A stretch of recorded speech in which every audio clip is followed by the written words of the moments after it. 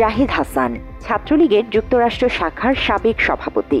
New ইয়র্কে জাহিদের বাসায় গত ঈদে দাওয়াতে গিয়েছিলেন বাংলাদেশের অন্তর্বর্তীকালীন সরকারের প্রধান উপদেষ্টা ডক্টর ইউনূসের বিশেষ সহকারী মনির হায়দার। সে সময় আওয়ামী লীগ নেতাদের সাথে মনির হায়দারের গোপন বৈঠক হয়েছে বলে জানা যায়।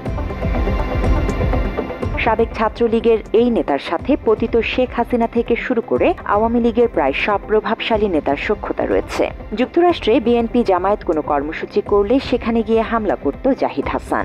এছাড়াও বিএনপি জামায়াতের মানুষদের উপর বিভিন্ন সময়ে নির্যাতন করতে দেখা গেছে তাকে।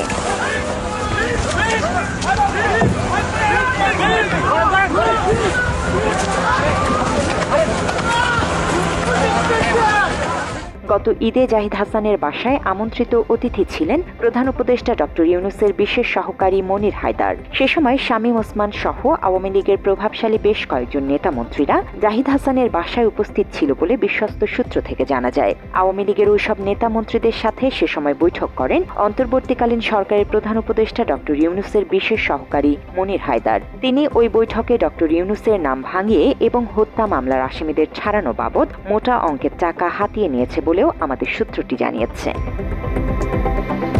২৪ পরবর্তী সময়ে আওয়ামী নেতাদের সাথে গোপন বৈঠক করাটা ২৪-এর শহীদদের রক্তের সাথে বেইমানি করার শামিল। কারণ দেশের সাধারণ মানুষ আওয়ামী লীগের সাথে আপোষ করতে চায় না।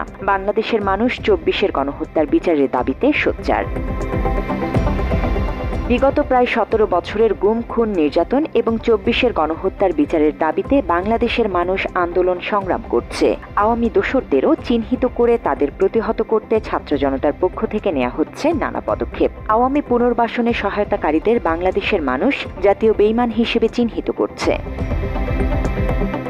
আওয়ামী পতনের পরও শেখ হাসিনা ও আওয়ামী লীগের পক্ষে নিয়মিত ফেসবুকে স্ট্যাটাস দিয়ে জাহিদ হাসান জানান দেন তিনি মুজিব আদর্শের সৈনিক এবং আওয়ামী লীগের একনিষ্ঠ কর্মী। সেই সাথে নিয়মিত অন্তর্বর্তীকালীন সরকারের প্রধান উপদেষ্টা ডক্টর ইউনূসের বিরুদ্ধে নানা রকম অপপ্রচার ও গুজব ছড়াতে সক্রিয় ভূমিকায় থাকে জাহিদ হাসান।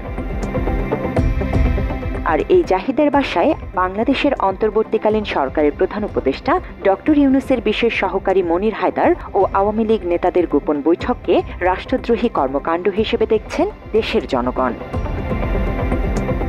জান্নাতুল ফেরদৌস তমা, বাংলা এডিশন।